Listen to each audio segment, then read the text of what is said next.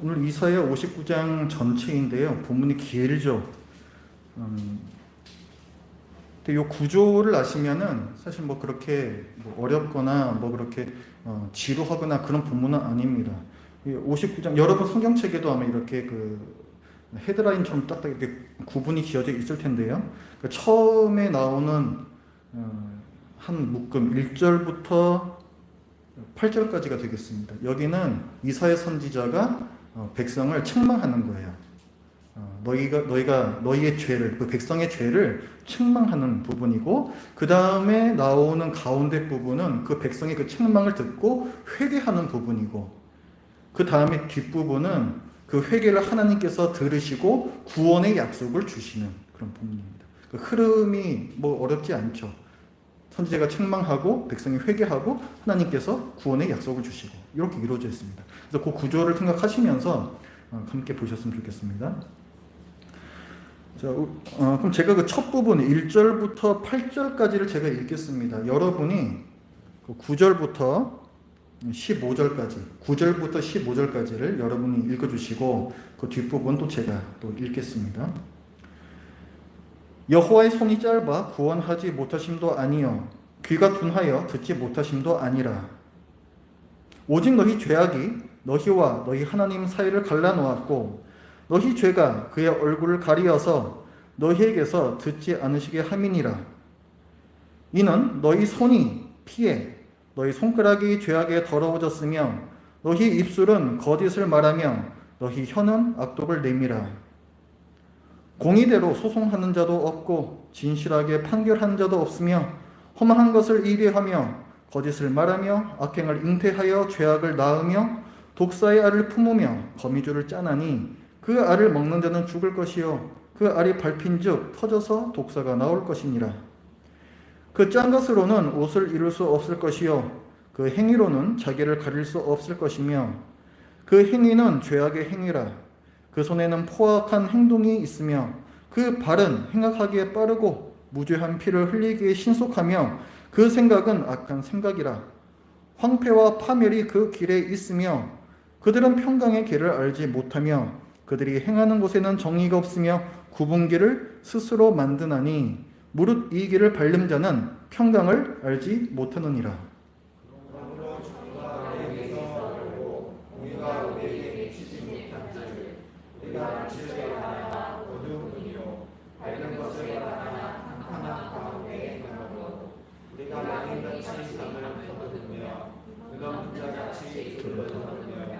낮에도 황무대같이 넘어지는 우리는 강장한 자 중에서도 죽은 자 같은지라. 우리가 금같이 부르짖으며 비둘기같이 슬피 울며 정의를 바라나 없고 구원을 바라나 우리에게서 멀도다. 이는 우리의 허물이 주의 앞에 심히 많으며 우리의 죄가 우리를 쳐서 증언하오니 이는 우리의 허물이 우리와 함께 있음이니라. 우리의 죄악은 우리가 아나이다. 우리가 여호와를 배반하고 속였으며 우리의 하나님을 따르는 데에서 돌이켜 포악과 폐역을 말하며 거짓말을 마음에 잉태하여 나으니 정의가 뒤로 물리침이 되고 공의가 멀리 섰으며 성실이 거리에 엎드러지고 정직이 나타나지 못하는도다. 성실이 없어짐으로 악을 떠나는 자가 탈취를 당하는도다. 여호와께서 이를 살피시고 그 정의가 없는 것을 기뻐하지 아니하시고 사람이 없음을 보시며 중재자가 없음을 이상히 여기셨으므로 자기 팔로 스스로 구원을 베푸시며 자기의 공의를 스스로 의지하사 공의를 갑옷으로 삼으시며 구원을 자기의 머리에 써서 투구로 삼으시며 보복을 속옷으로 삼으시며 열심을 입어 겉옷으로 삼으시고 그들의 행위대로 갚으시되 그 원수에게 분노하시며 그 원수에게 보응하시며 섬들에게 보복하실 것이라. 서쪽에서 여호와의 이름을 두려워하겠고 해돋는 쪽에서 그의 영광을 두려워할 것은 여호와께서 그 기운에 몰려 급히 흐르는 강물같이 오실 것이니로다. 여호와의 말씀이니라. 구속자가 시온에 임하며 야곱의 자손 가운데에서 죄과를 떠나는 자에게 임하리라. 여호와께서 이르시되 내가 그들과 세운 나의 언약이 이러하니 곧 내 위에 있는 나의 영과 내 입에 둔 나의 말이 이제부터 영원하도록 내 입에서와 내 후손의 입에서와 내 후손의 후손의 입에서 떠나지 아니하리라 하시니라. 여호와의 말씀이니라. 아멘. 남유다가 멸망을 앞두고 있습니다. 아수르 또 그 뒤를 이어서 또 바벨론이 남유다에 쳐들어와서 예루살렘 성을 포위하고 위협하고 있습니다. 워낙 강대국이기 때문에 남유다가 할 수 있는 게 딱히 없어요. 그러니까 하나님께 기도라도 해야지 해서 남유다 백성이 하나님께 기도를 했습니다. 그런데 하나님께서 그 기도를 듣지 않으세요. 오늘 우리가 59장을 보는데 그 앞에 58장을 보면 이 백성이 금식 기도를 해요. 금식까지 하면서 하나님께 기도를 했는데도 응답하시지 않습니다. 그러니까 남유다 백성들은 불만이 생기는 거죠. 우리는 하나님과 언약을 맺은 하나님의 백성인데 하나님께서 우리를 구원하지 않으시다니 불평하고 원망합니다. 그래서 오늘 우리 59장의 1절 말씀을 보면 이렇게 불평해요. 하나님께서 자기 백성을 구원할 능력이 없으신가? 손이 짧으신 거냐? 능력이 없으신 거냐? 근데 또 뭐라 그래요? 귀가 둔하여 듣지 못하시는 거냐? 하나님께서 자기 백성의 비참한 상황을 모르시나? 뭡니까? 손이 짧다, 전능하시지 않은 하나님이시고 그 다음에 귀가 둔하다, 모른다는 거예요. 전지하지 않으신 하나님입니다. 전지전능하지 않은 하나님, 신통치 않은 하나님이다, 이런 생각까지 했다는 거죠. 이런 백성을 이사야 선지자가 책망합니다. 그 1절 말씀을 보면 여호와의 손이 짧아 구원하지 못하심도 아니요 귀가 둔하여 듣지 못하심도 아니라. 하나님한테 문제가 있는 게 아니다. 그러고 나서 2절과 3절에 보면은 2절과 3절에서 너희라는 단어가 몇 번 나오는지 제가 읽을 때 한번 속으로 세보십시오. 오직 너희 죄악이 너희와 너희 하나님 사이를 갈라놓았고 너희 죄가 그의 얼굴을 가리워서 너희에게서 듣지 않으시게 함이니라. 이는 너희 손이 피해 너희 손가락이 죄악에 더러워졌으며 너희 입술은 거짓을 말하며 너희 혀는 악독을 내미라. 9번, 10번 이렇게 나옵니다. 그러니까 국가 재난의 원인이 하나님에게 있는 것이 아니라 너희에게 있다. 이사 선지자는 그걸 지적을 하는 거예요. 지금 우리가 1절에서 이 백성의 불평을 받잖아요. 여호와의 손이 짧은 거냐? 라고 했는데 3절에 보면은 여호와의 손이 문제가 아니라 너희 손이 피에 젖어 있기 때문이다. 너희가 억울한 피를 흘렸다는 거예요. 그 다음에 여호와께서 귀가 둔해서 듣지 못하시는 거냐?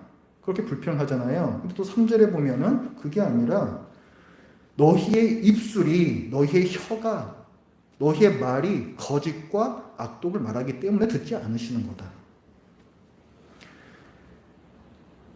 이사야 선지자의 메시지는 그거죠. 너희가 당하고 있는 이 재난의 이유는 너희의 죄악 때문이다. 남유다 백성이 그럼 어떤 죄를 지었을까요? 이웃에게 많은 죄를 지었습니다. 3절을 보면은 거짓과 폭력을 행했고 4절에 보면 공의대로 소송하는 자도 없고 이렇게 나오죠. 뭔가 우리도 지금 살다 보면은 뭔가 억울한 일, 불의한 일을 당하잖아요. 그런데 지금 이 남유다 이 시대에는 그 일을 가지고 소송을 하는 사람도 없다라고 말씀하고 있습니다. 왜 억울한 일을 당했는데도 소송을 안 할까요? 해봐야 소용없거든요. 해봐야 공정한 판결이 내려지지 않거든요. 그 정도로 정의가 무너진 부패한 사회라는 거예요. 무죄한 피를 흘리고 약자에 대해서 폭력을 행사합니다. 그게 이제 6절 그 뒷부분부터 나오는 거예요. 그 손에는 포악한 행동이 있고 그 발은 행악하게 빠르고 무죄한 피를 흘리기에 신속하며 그 생각은 악한 생각이고 황폐와 파멸이 그 길에 있으며 그들은 평강의 길을 알지 못한다. 그러니까 이 온 몸으로 온 마음으로 악을 행하고 있다. 이게 지금 남유다의 상태입니다. 모든 죄는 하나님에 대한 반역이라 그랬죠. 맞습니다. 지금 이웃에게 대해서 이런 많은 죄들을 짓는데 이 뿌리는 하나님을 배신한 데에서 다 그 뿌리가 있어요. 하나님이 무서워하지 않는 거예요. 그러니까 이웃에 대해서 이런 식으로 행하는 겁니다. 2절을 보면 이런 너희 죄가 하나님과 너희 사이를 갈라놓았다. 너희가 하나님에게서부터 돌아섰기 때문에 하나님께서도 당신의 얼굴을 너희에게서 돌리신 것이다. 이 책임은 남유다 백성에게 있습니다. 그렇기 때문에 하나님께서는 너희의 기도를 듣지 않으신다. 그렇게 죄를 지으면서도 힘들다고 구원해 달라고 하니 너희는 참 뻔뻔스럽다 말씀이죠. 우리가 어려움을 겪을 때에 하나님께 기도해야 됩니다. 그런데 문제가 있어요. 내가 지금 억울하고 힘들어 죽겠어요. 그런데 따지고 보면 나도 별로 잘한 게 없습니다. 그래서 하나님께 왜 내가 이렇게 힘든데 하나님은 보고만 계세요? 왜 구해주지 않으세요? 하고 따질 자격이 없습니다. 죄 많아 더럽고 추한 내 모습으로 하나님께 도와주세요 하자니 면목이 없고 입이 잘 떨어지지 않습니다. 근데 오늘 본문을 보면 그렇게 백성의 기도를 듣지 않으시던 하나님께서 갑자기 너희를 구원하겠다라고 말씀을 하십니다. 그 16절부터의 말씀을 보면 18절까지 하나님께서 공의, 하나님의 의죠. 하나님의 정의로 구원과 심판을 행하실 것이다 라고 말씀하십니다. 16절부터의 그 말씀을 보면요, 그 중간서부터 자기 팔로 스스로 구원을 베푸시며, 구원이라는 단어가 나오죠. 그 다음에 또 공의라는 단어가 나오고 17절에도 공의 또 나오고 또 그 다음에 구원이라는 단어가 나오고 그 다음에는 보복이라는 단어가 또 나옵니다. 18절에도 그들의 행위대로 갚으신다, 원수에게 분노하신다, 보응하신다, 보복하신다 이렇게 나오죠. 여기 지금 두 가지가 나오는 거예요. 구원이 나오고 심판이 나옵니다. 하나님의 구원과 심판은 함께 일어나요. 왜냐하면 불의는 뭐예요? 불의. 정의롭지 않은 건 뭐예요? 약자가 억울한 일을 당하는 건데 그 이유는 악인이 부당한 폭력을 가하기 때문이죠. 그렇기 때문에 약자를 구원하기 위해서는 악인을 심판하셔야 됩니다. 따라서 구원과 심판은 동전의 양면과 같은 거예요. 심판이 없는 구원은 있을 수가 없습니다. 심판에 대해서 먼저 살펴보면 하나님께서 말씀을 하세요. 정의가 무너진 이 세상을 내가 보고만 있진 않겠다. 15절 뒷부분에서도 보면요, 여호와께서 이를 살피시고 그 정의가 없는 것을 기뻐하지 아니하시고 말씀하십니다. 하나님께서는 이 세상을 늘 살피시고 계세요. 귀가 둔하여 듣지 못하고 눈이 멀어 보시지 못하는 게 아닙니다. 늘 이 세상을 지켜보고 계세요. 그렇게 살피시면서 이 세상에 정의가 없는 것을 기뻐하지 않으십니다. 16절에서도 사람이 없음을 보시며 중재자가 없음을 이상히 여기셨으므로, 이게 무슨 말이냐면은 세상이 이렇게 불의한데 정의가 이렇게 무너져가고 있는데 그걸 고치려고 하는 사람이 없다는 거예요. 그걸 보고 너무 이상히 여기셨다. 여기는 굉장히 점잖게 표현을 한 건데 이상히 여기셨다라는 표현은 정말 너무 놀라서 어쩔 줄을 몰라 한다. 그런 뉘앙스입니다. 너무 이상하다는 거예요. 어떻게 저런 상황에서도 사람들이 뭔가 고치겠다는 사람들이 없느냐. 그래서 하나님께서 이 세상에 개입을 하시겠다는 거예요. 스스로 거기 나오죠. 16절 뒷부분에 자기 팔로 스스로 구원을 베푸시며 자기의 공의를 스스로 의지하사 개입을 하시겠다는 거예요. 19절까지 그 말씀이 이제 쭉 나옵니다. 당신의 공의를 시행하시겠다. 이 세상의 불의를 벌하는 전사의 이미지로 보세요. 여기 보면 무슨 투구를 쓰시고 무슨 겉옷을 또 입으시고 속옷을 입으시고 쭉 나오죠. 전사예요. 전사. 싸우는 군인입니다. 하나님께서 친히 전사로 오셔서 불의와 싸우시겠다는 거예요. 하나님의 심판을 말하는 건데 악인에 대한 심판. 그런데 이 심판은 매우 맹렬합니다. 19절 그 뒷부분에 보면 여호와께서 그 기운에 몰려 급히 흐르는 강물같이 오실 것이다 말씀을 하죠. 급히 흐르는 강물, 급류예요. 급류. 왜 장마철 같은데 갑자기 계곡이 확 불어나가지고 거기 텐트 치고 있던 분들이 이렇게 휩쓸려서 이렇게 좀 안 좋은 일을 당하시는 그런 경우 우리 흔히 기사에도 나잖아요. 벗어날 수가 없습니다. 급류에서는. 그러니까 하나님께서 급히 흐르는 강물같이 오신다. 이것은 악인에 대한 심판인데 신속하게 그 텐트 치시던 분들이 물 들어오는 거 알면서도 피할 새가 없어요. 신속하게 갑자기 또 거스를 수 없이 또 철저하게 심판하신다는 내용입니다. 그래서 그 19절의 첫 부분에 보면 서쪽에서 여호와의 이름을 두려워하겠고 해돋는 쪽에서 동쪽이죠. 그의 영광을 두려워할 것이다. 두려우신 하나님이에요. 동시에 하나님께서는 악인에 대한 심판을 말씀하는 동시에 하나님께서는 또한 그의 백성에 대한 구원을 약속을 해주세요. 동전의 양면입니다. 구속자를 보내주시겠다라는 약속이죠. 20절 말씀입니다. 여호와의 말씀이니라 구속자가 시온에 임하며 야곱의 자손 가운데에서 죄과를 떠나는 자에게 임하리라. 이 성취는 1차적으로는 이제 바벨론의 포로로 끌려갈 그 남유다 백성의 회복을 말하는 것이고 2차적 궁극적으로는 하나님의 영적 백성이죠. 하나님의 영적 백성들의 구원을 뜻하고 있습니다. 메시아 예수 그리스도의 구원이죠. 그리고 이 구원의 약속은 확실해요.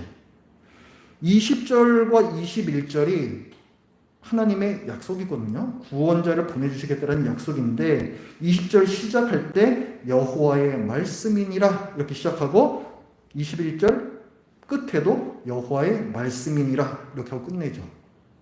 딱 감싸고 있어요.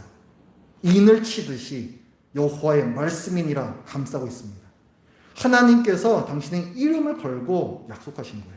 2번이나 거듭. 확실한 약속입니다. 구원의 약속이죠. 그런데 이 구원은 20절 말씀을 보면 죄과를 떠나는 자에게 임한다라고 했습니다. 아까 어떤 죄를 이 남유다 백성이 지었는 거 우리가 봤죠. 하나님께 배역한 죄이고 이웃의 피를 흘린 죄. 이 죄를 회개하는 사람에게 구원이 임합니다. 하나님께서 처음에는 어떠셨어요? 하나님께서 남유다의 죄 때문에 그들이 구원해 주십시오라는 이 기도를 듣지 않으셨어요. 그 기도도 듣지 않으시던 하나님께서 그들을 이제는 구원하시겠다라고 약속하시는 계기가 바로 이것입니다. 죄과를 떠나는 것, 회개라는 거예요. 회개. 백성의 회개입니다. 1절부터 8절까지는 선지자의 책망이에요. 너희한테 죄가 있는 거다. 너희한테 문제가 있는 거다. 그 1절부터 8절까지 선지자가 책망을 하죠. 그것을 남유다 백성이 진심으로 듣습니다. 그걸 듣고 이제 자기 죄를 인정하고 뉘우치는 것, 그것이 가운데 있는 9절부터 15절의 본문이에요. 이들이 어떻게 죄를 자백하는가 보십시오. 여러분 12절 말씀 한번 보세요. 12절을 제가 읽을 테니까 아까 여러분 너희 세셨잖아요. 이번에는 이제 백성의 죄 회개거든요. 우리 이게 몇 번 나오는 거 이것도 한번 세보십시오. 우리가 맹인같이 담을 더듬으며 눈 없는 자같이 두루 더듬으며 낮에도 황홀대같이 넘어지니 우리는 강장한 자 중에서도 죽은 자 같은지라. 자, 몇 번 나왔습니까? 그 뒤에도 계속 우리란 표현이 계속 나와요. 우리라는 표현이 계속 나오고 허물, 죄라는 표현도 또 계속해서 반복됩니다.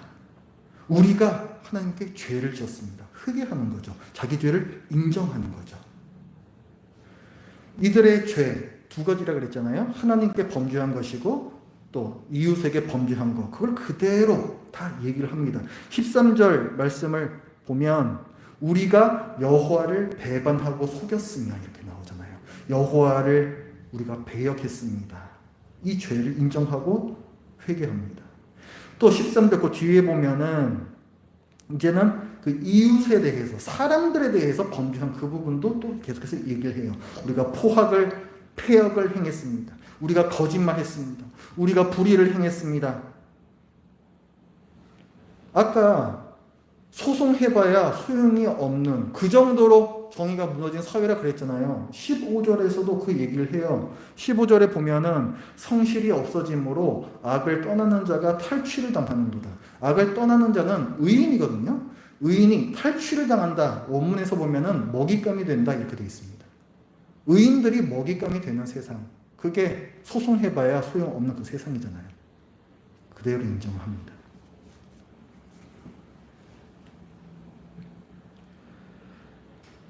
이 고백은요, 이 회개의 고백은, 이 고백도 마찬가지고, 모든 회개는 다 마찬가지입니다. 모든 회개의 고백은 나에 대해서 절망하는 고백이에요.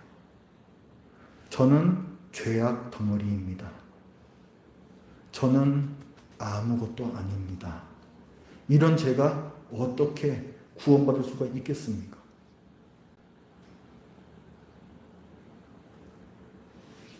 그러나 예수님께서는 말씀을 하십니다. 하나님의 성전까지 올라가지도 못하고 멀리 서서 감히 하나님 계신 하늘을 쳐다보지도 못하고 가슴을 치며 하나님이여 불쌍히 여기소서 저는 죄인입니다 하는 이런 사람이 이롭다 하심을 입고 구원을 얻는다.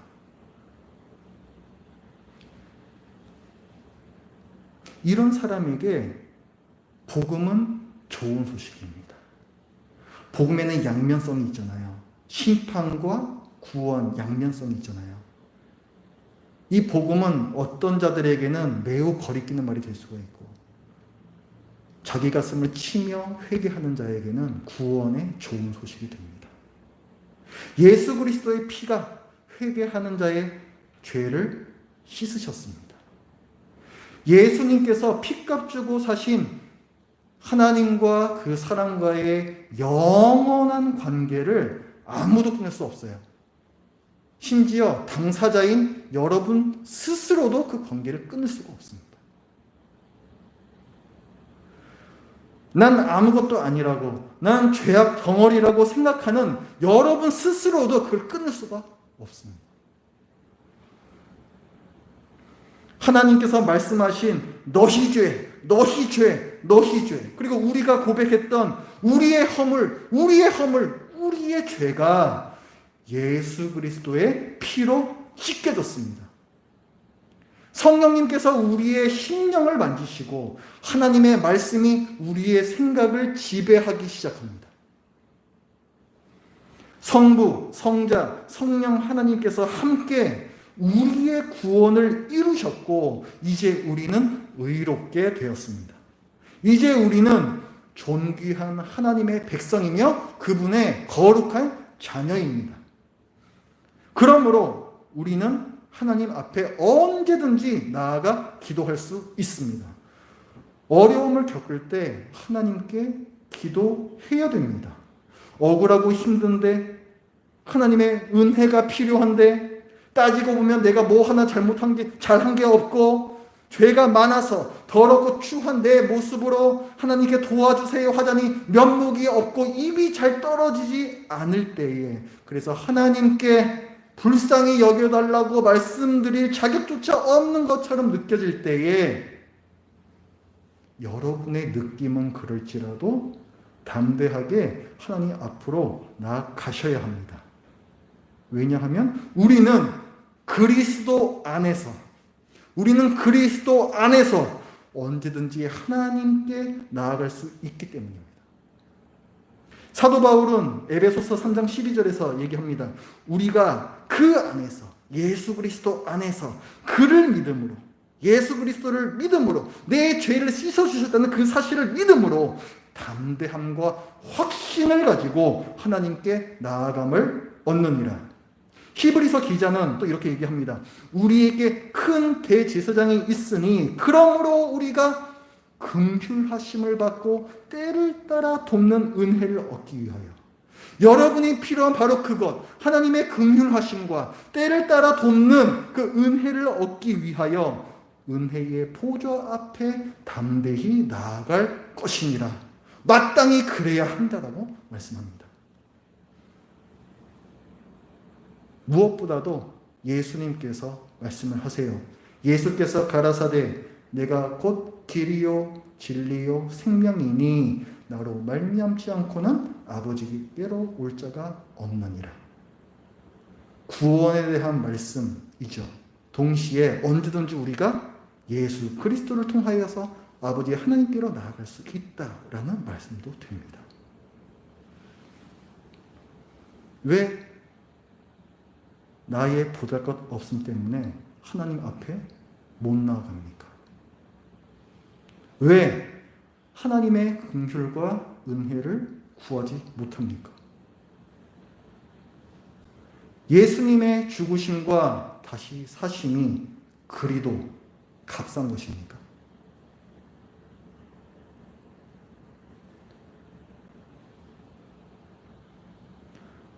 고난 중에 우리 영혼은 피폐해집니다.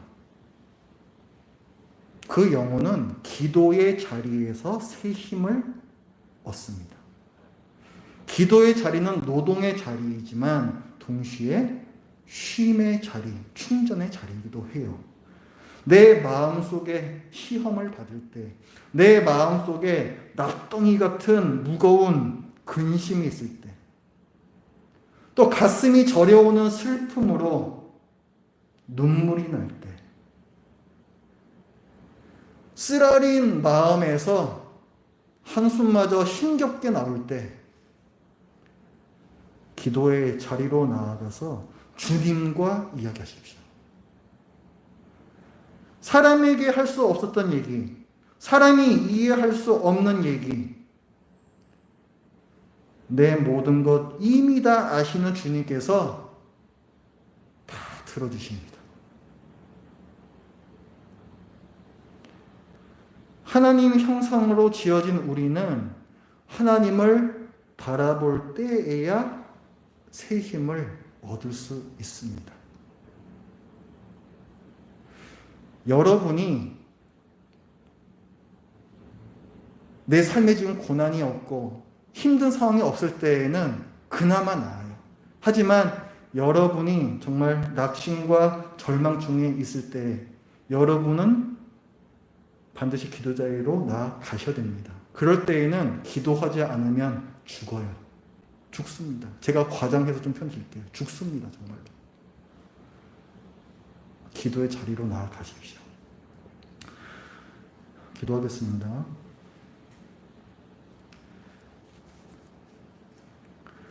하나님 아버지, 우리의 끊임없는 죄로 인하여서 우리에게서 그 얼굴을 돌리실 수밖에 없었던 하나님께서 예수 그리스도의 크신 희생, 그 귀한 피를 흘리심으로 부활하심으로 인하여 저의 모든 죄 문제를 해결해 주시고 이제 저희의 모든 기도를 들어주시니 참으로 감사합니다. 세상 사람들이 누릴 수 없는 이 특별한 권리, 저희에게 주어진 이 특별한 혜택, 주님, 저희들이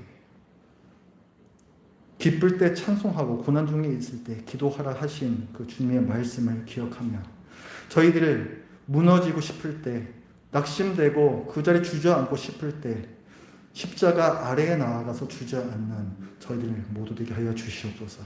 예수님의 이름으로 기도드립니다. 아멘.